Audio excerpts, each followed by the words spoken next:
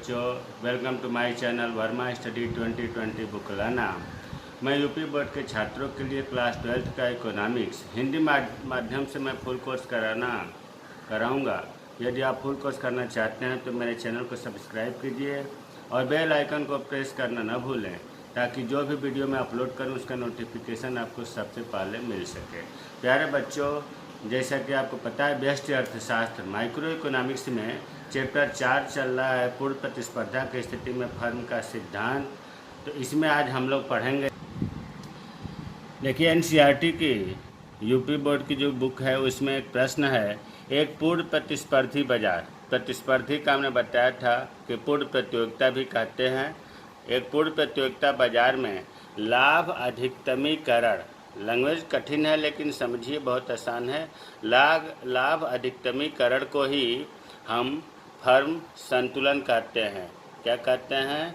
Firm का साम्य या संतुलन।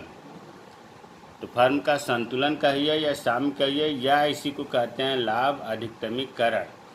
फर्म की सकारात्मक उत्पादन करने की क्या शर्तें हैं? देखिए, प्रश्न इतना कठिन है लेकिन आप इससे न घबराएं। इसका मतलब ये हुआ कि फर्म संतुलन की शर्तें क्या है।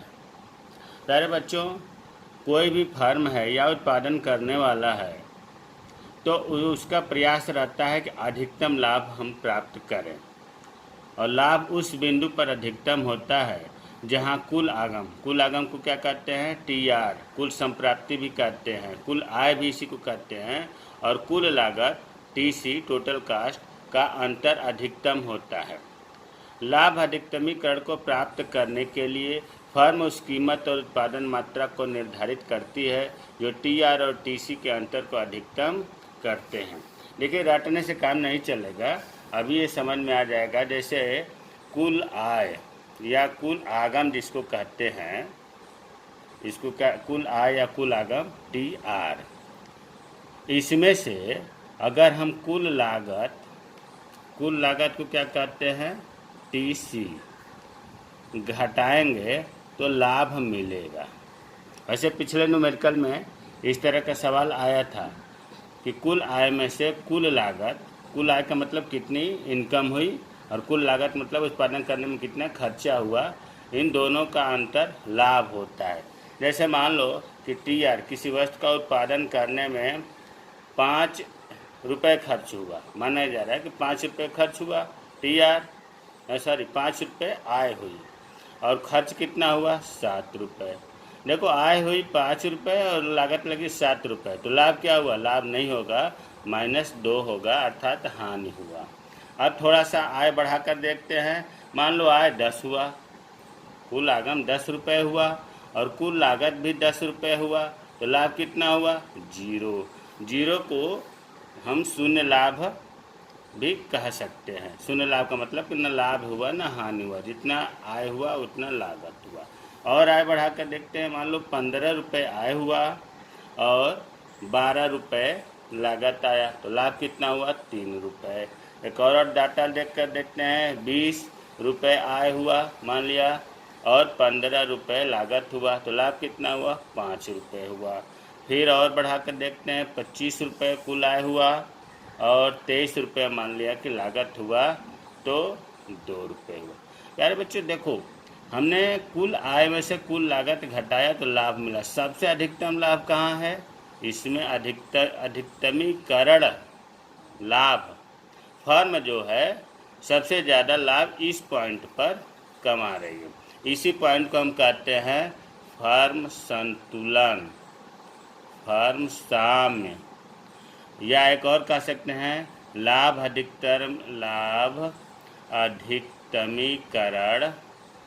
अधिकतमीकरण बिंदु। अर्थात फर्म चाहेगी कि हम इससे पहले या इसके आगे उत्पादन न करें, इसी पॉइंट पर अधिकतम लाभ मिल रहा है तो हम रहें, तो ऐसे पॉइंट को हम कहते हैं फर्म संतुलन। तो वही चीज़ लिखा है कि फर्म अधिकतम लाभ प्राप्त करने के लिए प्रयास करती है, और प्रयास करने के लिए क्या करेगी? वो कीमत तो फिक्स होता है पूर्ण प्रतियोगिता में। यह भी बताया गया है कि पूर्ण प्रतिस्पर्धी बाजार में फर्म कीमत स्वीकार करने वाली होती है, ग्रहण करने वाली होती है, निर्धारित करने वाली नहीं होती है। तो कीमत तो निर्धारित रहता है, बस उत्पादन को ये फिक्स करते हैं कि कितना हम उत्पादन करें कि अधिकतम लाभ हो। अब इस पॉइंट पर पहुंचने के लिए अर्थात अधिकतम लाभ प्राप्त करने के लिए या फर्म का संतुलन प्राप्त करने के लिए दो स्थितियां हैं, दो शर्तें हैं, दो दशाएं हैं। ये चीज़ आपको तो फंडामेंटल बताया। अगर छोटा प्रश्न पूछता है इम्तहान में 2 नंबर का कि फर्म के संतुलन की शर्तें बताएं, लाभ अधिकतमीकरण की शर्तें बताएं, तो आप अगर 1 नंबर का है तो ये 2 नंबर का है तो बस ये 2 शर्तें होती हैं, आप 2 लिखेंगे। अगर 3 नंबर का है तो फिर ये चित्र भी बनेगा, ये चीज़ नहीं लिखना है। तो लाभ अधिकतमीकरण की शर्तें 2 प्रकार के होते हैं या 2 होते हैं। सीमांत आगम जिसको हम कहते हैं मार्जिनल रेवेन्यू MR बराबर सीमांत लागत MC। देखिए MR बराबर MC, R का मतलब रेवेन्यू और C का मतलब कास्ट और मार्जिनल मतलब सीमांत, आप जानते ही। अगर इसी को हम कहें MC बराबर MR तब भी वही चीज़ है। तो एक तो ये होना चाहिए कि MR और MC बराबर होना चाहिए। दूसरा है कि MC मतलब मार्जिनल कास्ट सीमांत लागत वक्र सीमांत आगम MR वक्र को नीचे से काटे। प्यारे बच्चों, लाभ अधिकतमीकरण के लिए एक फर्म को किसी वस्तु का उस मात्रा तक उत्पादन करना चाहिए जिस पर उपयुक्त दोनों शर्तें पूरी हो। फिर मैं आपको ये बताना चाह रहा हूँ कि कोई भी फर्म या उत्पादन करने वाला है, अधिकतम लाभ जिस पॉइंट पर मिलता है जहाँ फर्म संतुलन होता है, उसके लिए ये 2 शर्तें हैं। ये अभी आपको क्लियर हो जाएगा। तो शॉर्ट में हम ये भी कह सकते हैं फर्म के संतुलन की शर्तें MC या MR एक ही चीज़ है, MR बराबर MC, इसको हम MC बराबर MR भी कह सकते हैं। और दूसरा है MC MR को नीचे से काटे। ये 2 शर्त तो आपको हर हाल में याद करना पड़ेगा। अब इसको चित्र बनाने के लिए हमने OX खींचा, OY खींचा, इधर उत्पादन लिख दिया, इधर सीमांत लागत व सीमांत आगम अर्थात MC व MR कर दिया। अब आपको पूर्व प्रतियोगिता में बहुत पहले भी बताया गया है कि पूर्व प्रतियोगिता में AR और MR बराबर होते हैं और P भी बराबर होते हैं, मतलब औसत आय, सीमांत आय और कीमत बराबर होते हैं। पूर्व प्रतियोगिता में ध्यान रखना है, बाजार 2 तरह का होता है, पूर्व प्रतियोगिता, अपूर्व प्रतियोगिता। पूर्व प्रतियोगिता ये पाठ चल रहा है, इसमें AR और MR बराबर होते हैं, कीमत भी बराबर होता है। पिछले उदाहरण में हमने दिखाया था, एक नज़र दिखा दूं कि देखिए पूर्व प्रतियोगिता के अंतर्गत ये सवाल हमने इससे पिछले वीडियो में दिखाया था। प्राइज 10-10 आया है, AR 10-10 आया है, MR 10-10 आया है। इसीलिए तो एक सीधी रेखा X के समानांतर होती है, AR MR और P, इसे हम पड़ी रेखा भी कहते हैं। और कुल TR जो है सीधी नीचे से ऊपर की उठती हुई जाती है। लेकिन हमें तो ये याद रखना है कि पूर्व प्रतियोगिता में AR MR और प्राइज, देखिए AR 10, MR 10 और प्राइज 10 होता है। तो अब ये चीज़ क्लियर हो गया होगा कि पूर्व प्रतियोगिता में AR MR वक्र सीधी रेखा होगी, OX के समानांतर होगी और ये बराबर होगी। अब देखिए हम एक वक्र बनाएंगे जिसको हम कहते हैं MC वक्र। MC वक्र अर्थात इसको हिंदी में कहेंगे सीमांत लागत। तो बच्चों अब इस देखो यहाँ लिखा है पहला MR बराबर MC, अर्थात शर्त जहाँ अधिकतम लाभ होता है वहाँ पर ये दोनों शर्त पूरी होनी चाहिए। हमने MC खींच दिया। एक चीज़ यहाँ बता दूँ कि MR और MC ही शर्त में है, तो MR और MC जो है ध्यान देंगे MR के बारे में और MC के बारे में। AR को हम भले लिखे हैं, AR पर हम ध्यान नहीं देंगे। क्यों? इस पर इसलिए नहीं विचार करेंगे कि औसत, ये औसत आय है तो औसत लागत वक्र होता अर्थात AC, तो AC और AR पर कंसीडर करते विचार करते। तो आप तो ये मान कर चलो कि AR लिखा ही नहीं है, हमें केवल MC और MR को ध्यान में रखना है, क्योंकि शर्त में एमसी और एमआर की ही चर्चा हुई है। और एमआर को ही पी भी कहते हैं, प्राइज कीमत भी कहते हैं। ये बहुत महत्वपूर्ण पॉइंट है कि एमआर सीमांत आय को कीमत भी कहते हैं। तो चलिए अब आप मान कर चलेंगे कि यार यहाँ नहीं लिखा है। अब देखिए हमने इस 2 पॉइंट पर ये आपको पता है कि एमआर रेखा है, एमआर रेखा कोई पी है। यहाँ फिर लिख दे रहा हूँ, एमआर रेखा को कीमत भी कहते हैं। तो यहीं से लग रहा है, जब बराबर लगा है तो ये का ये चाहिए कि ये एक ही चीज़ है, और इसको हम मान लिया कि यहाँ नहीं लिखा। अब देखो 2 पॉइंट पर ये AR MR रेखा हो गया और ये MC रेखा हो गया। 2 पॉइंट पर ये रेखा काट रही है। एक पॉइंट ये है, अगर हम इसका नाम रख दिए A और इसका नाम रख दिए B। AR पर अगर हम देखें तो ये जो MR रेखा है, MR का बिंदु, और इसी पर MC काट रही है। इधर से रेखा आके यहीं तो काट रही है, जहाँ काटती है उसी को हम बराबर कहते हैं। अर्थात ये जो पॉइंट है MR बराबर MC हुआ।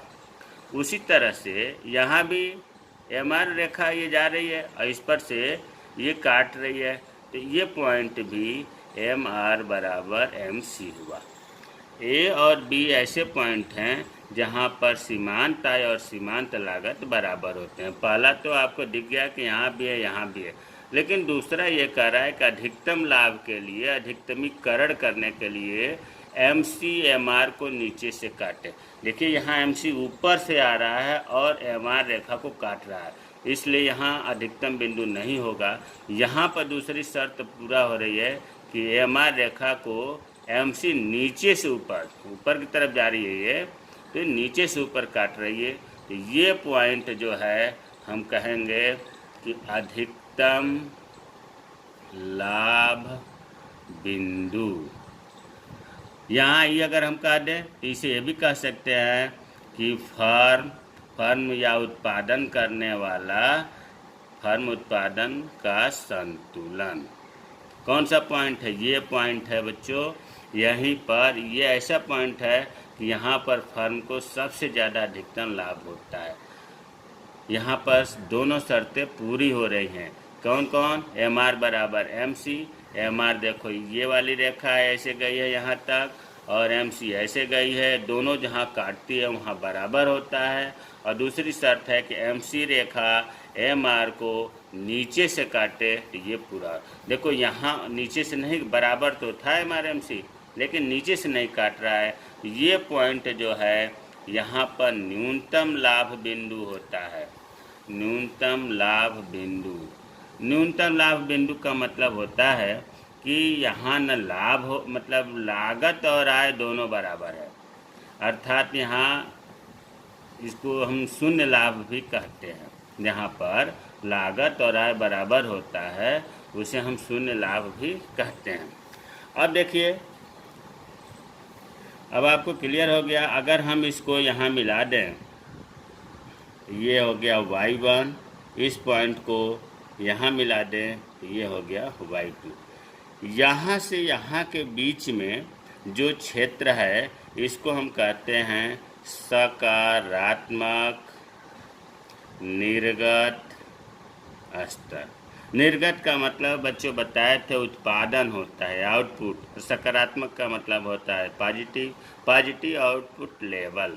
अर्थात यहाँ से यहाँ जो ये है, ये चीज़ें, इसमें उत्पादन मात्रा दर्शाया जा रहा है। तो हम इस टॉपिक में पढ़ रहे हैं कि फर्म संतुलन की शर्तें, 2 शर्तें हैं। B पॉइंट पर दोनों शर्तें पूरी हो रही हैं। तो अगर 1 नंबर का प्रश्न पूछे, 2 नंबर का प्रश्न पूछे तो लाभ अधिकतमीकरण के लिए 2 शर्तें लिख देंगे।